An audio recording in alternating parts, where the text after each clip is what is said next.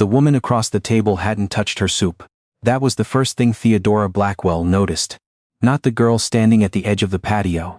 Not the murmur that had rippled through the other diners. Not even the maitre d' already moving with that particular stride that meant trouble was being quietly handled. What Theodora noticed was her own bowl of lobster bisque going cold. And the way her spoon kept circling the surface without ever going in. And how she'd been sitting here for 40 minutes eating nothing at all. She had come to Maisons Aran because her assistant had made the reservation weeks ago. Back when Theodora had still believed she might feel like eating in public again. That was before the board meeting, before the vote, before she'd walked out of the Blackwell and Associates building on Bay Street for what might very well be the last time. Her name still on the glass but her authority quietly, surgically removed. The lunch crowd at Maison Laurent was exactly the kind she'd spent 30 years cultivating. Toronto's financial set, the old money and the newer kind. People who nodded at each other across white tablecloths, and understood that everything important happened in the spaces between words. She knew at least a dozen faces on this patio. None of them had come to say hello. That was when she heard the voice. It was not loud, it was almost careful, actually. Low enough not to cause a scene, direct enough that it carried anyway. "Excuse me, I'm sorry to interrupt, I can see you haven't finished. Would it be all right if I took what you're leaving?" Theodora turned. The girl, young woman really, perhaps 23 or 24, was standing just inside the wrought iron fence that separated the patio from the sidewalk.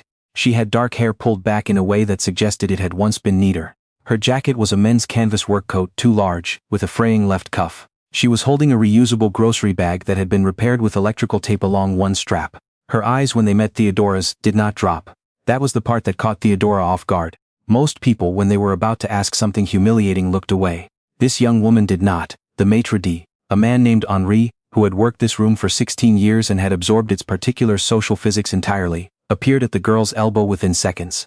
He was already angling his body in a way that would redirect her back to the sidewalk with the minimum of friction. Theodora had seen him do it before, she'd never given it much thought. She gave it thought now. "Henry." Her voice came out steadier than she felt. "Please bring another chair." He paused. The young woman paused. Several people at nearby tables paused in a way that pretended not to be pausing. "Mrs. Blackwell, and a menu," Theodora said, "and perhaps some bread first." Her name was Nora Devane. She said it the way people say their names when they've gotten used to it not meaning anything to anyone. Quickly, flatly, like it was just a piece of information being transferred. She sat in the chair that Henri brought with a posture that was straight but not comfortable. She ate the bread when it came. She did not eat it the way hungry people on television ate bread, desperately with shaking hands. She broke it into pieces first and ate each piece slowly. The way someone does when they're not sure when the next meal will come, and they've learned that slowing down makes it last. Theodora watched this and felt something shift behind her sternum. Not pity, she was self-aware enough to know that what she usually called compassion was often just pity in a nicer coat. This was something different. Something more like recognition. "You don't have to explain yourself," Theodora said. "I know." Nora looked at the bread in her hand. "I was going to anyway. But thank you. Where are you staying?" A pause. "I have a spot. It's covered. There's a shelter on Jarvis that lets people in before 6 if you line up by 4:30. Theodora had driven past that shelter. She could not have told you what color the door was. She ordered for both of them without making it into a production. The chicken, a salad, coffee. Nora ate without rushing or performing gratitude. She answered Theodora's questions without flinching or over-explaining, and she asked her own. Polite ones, careful ones, the kind that suggested she'd learned how to make conversation with strangers and had found it was better to ask than to fill silence with noise. She was studying urban planning, she said. Had been. The university had deferred her enrollment after she couldn't pay the second semester fee. That had been 8 months ago.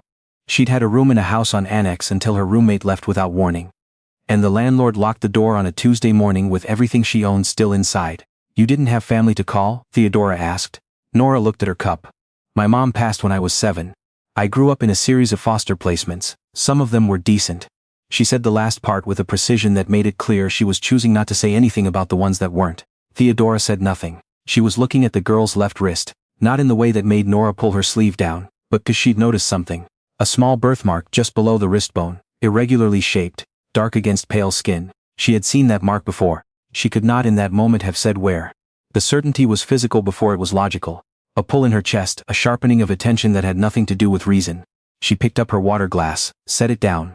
"I'm sorry," she said. "What did you say your mother's name was?" Nora looked up. "I didn't." Theodora Blackwell was 51 years old and had spent the better part of that time being practical. She'd built a wealth management firm from a one-room office on King Street into a 30-person operation with holdings that spread quietly across 4 provinces. She'd raised a son after her husband Malcolm's death when Nathaniel was 11. She had navigated boardrooms, estate disputes, family dinners that were really just legal negotiations with wine, and 31 years of a city that respected results and not much else. She was not a woman who believed in signs. She was not a woman who let feelings outrun evidence. She drove home that afternoon thinking about a birthmark. It was the same shape, she was almost certain, irregular, oblong, slightly darker at one edge. She'd seen it on a photograph that lived in a locked drawer in her study at home. A photograph she had not looked at in several years, because looking at it still did something to her breathing that she couldn't entirely control. Her sister Gwen had died 23 years ago. Car accident on the highway outside Kingston, January, black ice. Gwen had been 26. She had been 7 months pregnant, the baby. A girl had survived the crash and been airlifted to Toronto General. She had survived for 4 days. And then the hospital had called Theodora to say the infant had developed a complication. And then another call to say they were doing everything they could.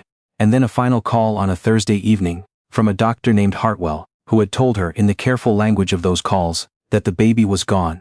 Theodora had planned a small funeral. She had gone to the hospital for the paperwork. She had been told gently that the body had already been released to a funeral home through standard procedure. She had not questioned it. She had been in shock. She had been the only family left. She had never seen the baby buried. At the time she had told herself that was grief talking when that particular thought surfaced. The kind of irrational suspicion that loss produces because the mind cannot hold the full weight of it and has to redirect the energy somewhere. She had shut it down. She had been practical. Now she sat in her car in the driveway and did not get out for a long time. She went to the hospital first. That was where the practical mind started. With paperwork, with records, with the verifiable. It took 2 weeks to get anything useful. Medical records from 23 years ago were archived differently. Cross-referenced through a system that had been updated twice and migrated once. And no one in the records department seemed to feel any urgency about the timeline of a woman standing in their office, asking questions about a deceased infant. She hired a researcher, a former archivist named Stuart Okafor, who worked out of a cluttered office in the annex and did not ask people why they wanted things, only what they needed. Stuart found the first anomaly within 10 days. The death certificate for the infant filed under the surname Devane. Gwen's surname, she had never changed it back after the relationship ended, listed the attending physician as a Dr. Raymond Achibi. Achibi had left Toronto General 6 months after the incident. Stuart tracked him to a clinic in Sudbury. He was retired now, living in a bungalow near Lake Nepawin. He agreed to speak to Theodora on the phone. He said he remembered the case. He said he had been the attending on the night in question. And then, after a long pause that felt like something being decided, he said that he had not signed the death certificate she was describing. That he had never signed a death certificate for that infant. That when he had left his shift that night, the baby girl in question, preterm fighting but not critically so, had been stable. Theodora sat very still in her kitchen and wrote down everything he said. She asked him why he had never come forward. He said that shortly after he'd left Toronto General, he had received a phone call. He described it as a professional courtesy call, the kind that was meant to suggest that certain questions were better left unasked. He had a wife, he had a license, he had convinced himself, he said, that he must have misremembered, that the paperwork must have been correct, that sometimes things happened and the best thing was to move forward. I've thought about it every year, he said. Every single year. After she hung up, Theodora sat at the kitchen table for a very long time. The kitchen was quiet. Through the window she could see the backyard. The maple tree Malcolm had planted the spring Nathaniel was born. The leaves were going. October doing what October does. She thought about who had known about Gwen's baby. She thought about the family. The Blackwells had not always been wealthy. The wealth was 2 generations old. Theodora's father Roland had built it, cautiously and without much joy, in commercial real estate in the 1970s and 80s. By the time Roland died, there was an estate substantial enough that his 2 nephews, Gareth Ainsworth and Paul Ainsworth, had taken great interest in its management. Gareth in particular. Theodora had never liked Gareth Ainsworth. She had spent most of her adult life diplomatically not liking him, sitting across from him at Christmas dinners and quarterly meetings, and telling herself that family was family, and that the appropriate response to a man like Gareth was to be more successful than him, which she had been comprehensively. Gareth had spent 20 years as a minor partner in real estate ventures, some of which had been her father's, some of which had been other people's money and had gone badly. He had a talent for positioning himself adjacent to wealth without actually generating it. He had also been the one to handle certain administrative matters after Gwen's accident. Theodora had been in no state to, and Gareth had offered. She had been grateful at the time. She had handed him paperwork. She thought about this now with a cold clarity that she recognized as the particular kind of clarity that comes after something has been made simple, when the complicated feelings haven't arrived yet and there's only the bare structure of what happened. Stuart Okafor, meanwhile, had found something else. A private adoption, filed in Ontario through a small law firm in Barrie, dated 6 weeks after the accident. The adopting couple had subsequently moved to Sudbury. The wife had died of cancer when the child was 7. The husband, a man named Frank Devane, had placed the child in foster care within the year. The child's name on the adoption record was Nora. She found Nora at the shelter on Jarvis Street at 4 o'clock on a Wednesday afternoon, standing in line with a coffee from a Tim Hortons cup that she was warming her hands on. October had gone cold early that year, the kind of cold that settles into the city before anyone's ready for it. Theodora parked on the street. She got out of the car. She stood there for a moment with the wind off the lake moving through her coat, looking at the line of people, 30, maybe 40 of them, and how ordinary most of them looked, and how it still didn't look like something she associated with a city she'd lived in her whole life. And then she walked over. Nora saw her before she reached the end of the line. Something moved across the young woman's face. Surprise, then wariness, then something more deguarded than either. "Mrs. Blackwell, Theodora," she said. "I've asked you once already." Nora looked at her cup. "What are you doing here? I need to talk to you. Properly. I'd like to take you for dinner if you're willing. Or coffee if that's more comfortable, somewhere warm." She paused. "I have information about your birth mother." The line moved. Nora didn't. "What kind of information?" she said. "The kind that took me 3 weeks and a retired records archivist to find," Theodora said. "And the kind I should have found 23 years ago. And didn't, and I'm sorry for that." She did not tell Nora everything that night. That would have been too much. Too fast, too large, the kind of revelation that needed to arrive in pieces so a person could actually hold it. She told her what was verifiable. She showed her copies of the documents Stuart had found. She told her about Gwen. Not all of it, not the version of Gwen that lived in Theodora's chest in the complicated way that all lost people do, but enough a photograph on her phone, the name, the accident, the 4 days at the hospital. Nora sat across from her at a diner on Bloor Street with her hands around a mug of tea, and listened without interrupting. She had a stillness that Theodora was beginning to recognize as something learned, the composure of someone who had absorbed bad news before and had decided not to perform their reactions for anyone. When Theodora finished, Nora was quiet for a long moment. "You think I'm her," she said. "I think the evidence suggests it's very possible. I'd like to confirm it properly if you're willing. A DNA test. It's simple, it's conclusive, and you'd have the results within a week. And if it's true, then you have family," Theodora said. "You have a name and a history, and if you want it, you have me. I'm not trying to overwhelm you. I'm not asking you to feel anything in particular about any of this. I'm just telling you what I know and giving you the choice." Nora looked at the table, at the photograph still visible on Theodora's phone, Gwen at 24 squinting into the sun on a dock somewhere in Muskoka, laughing at whoever was behind the camera. "She looks kind," Nora said.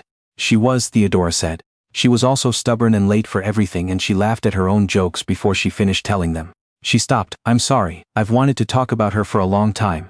"Don't apologize," Nora said quietly, and then after a moment, "I'll do the test." The DNA results confirmed it in 8 days. Theodora read the report 3 times in her study, then put it down on the desk and looked out the window at the maple in the backyard for a long time. What she felt was not simple. There was grief in it. For Gwen, for the 23 years, for every foster placement and cold night and meal that Nora had had to navigate without anyone. There was anger too, a clean hard anger that she was already deciding what to do with. And underneath all of it, something she hadn't expected. A feeling like a door she'd given up on finally moving, just slightly in a current of air. She called Nora first, then she called Stuart, then she called her lawyer. Gareth Ainsworth lived in a large house in Rosedale that he'd bought at the right time with money that had partially, Theodora now understood, come from selling a stolen infant to a couple in Barrie. He had been 41 at the time. He had needed money. The estate was in a complicated holding pattern while Roland's affairs were sorted. He had seen an opportunity and he had taken it. It was a thing she had to keep reminding herself to call what it was. Not a transaction, not an arrangement. He had sold Gwen's baby. He had arranged a death certificate with a falsified physician's signature. He had made phone calls. He had accepted payment. She did not confront him directly. Her lawyer advised against it, and more importantly, the detective her lawyer had recommended, a woman named Carla Hennessy, retired OPP with a very organized mind and no visible sentimentality about white-collar crime, advised against it emphatically. "You want him talking to us," Carla told her. "Not lawyered up and careful because you've already shown your hand."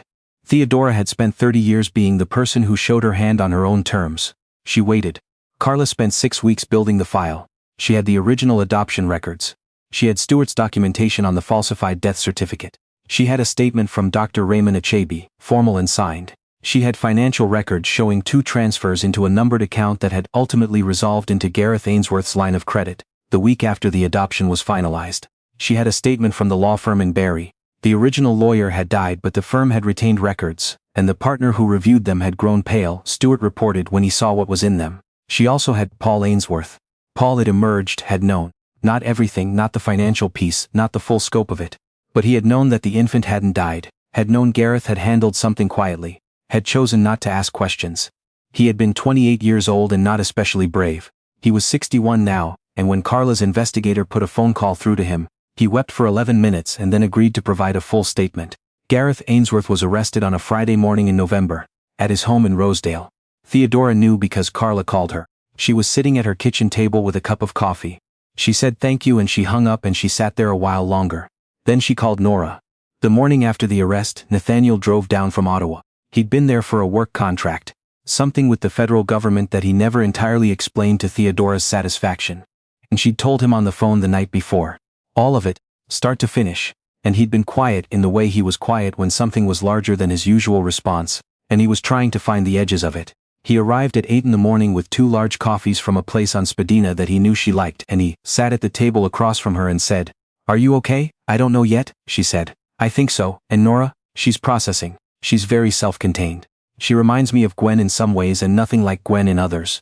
She wrapped her hands around the cup. "She's been through a great deal." "She has," Nathaniel said. "You both have."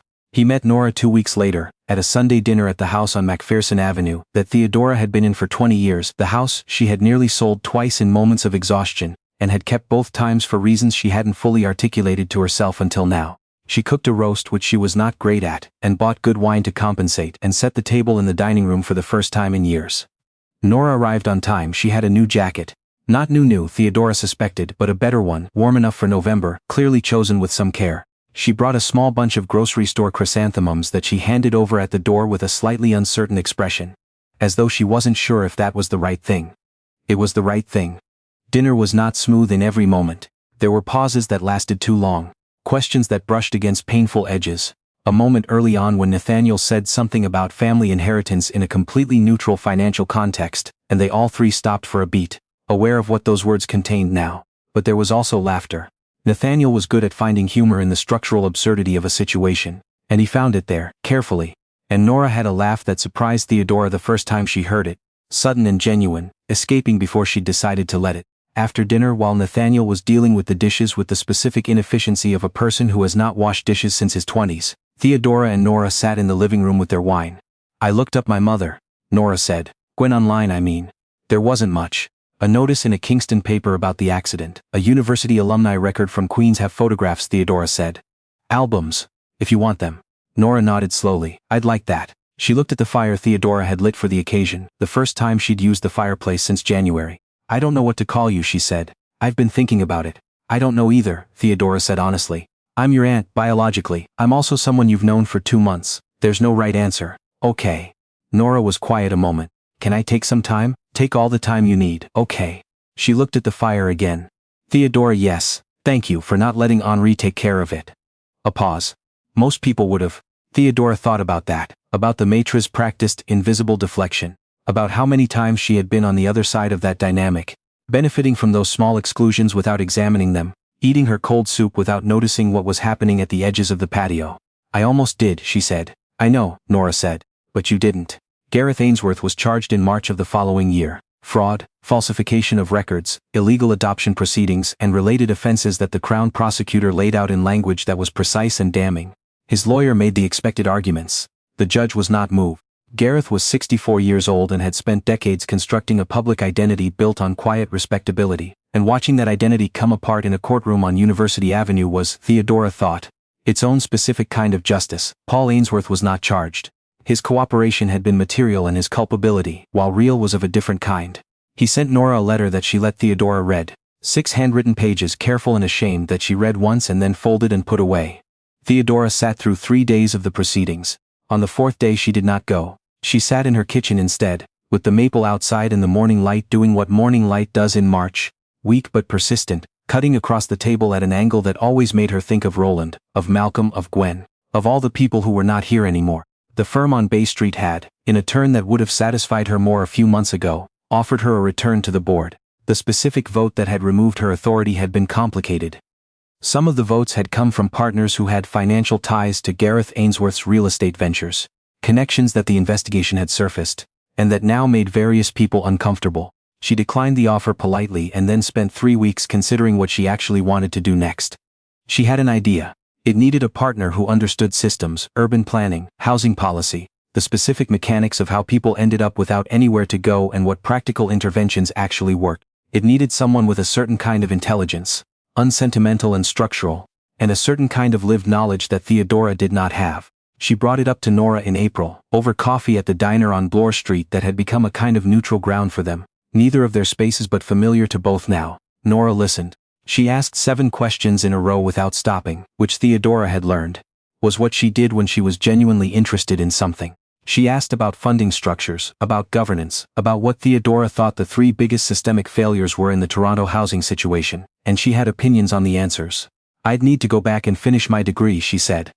Obviously, and I'm not going to be a figurehead. If this is real, I'm actually involved. I wouldn't want it any other way." Nora looked at her cup. Outside Bloor Street was doing its spring thing. Cyclists back on the road, the ice cream place on the corner open again, the particular Toronto noise of a city shaking itself loose from winter. But it is possible, which is its own thing. "Okay," Nora said. "Okay, yes." She looked up. "Theodora, yes." Theodora nodded. She picked up her coffee. She thought about a Thursday evening 23 years ago when a doctor had called, and she had set down the phone and told herself to be practical. She thought about how long she had been practical, and how useful it had been, and how insufficient. She thought about a girl at the edge of a patio not looking away. Some things, she had come to believe, take exactly as long as they take. The maple in the backyard had taken 40 years to look like it belonged there. The city had taken her whole life and she was still learning its geography. And some doors, she now knew, do not close the way you think they do. They stay in the frame, slightly ajar, moved by currents you cannot always feel. You only have to stay close enough to notice when they move.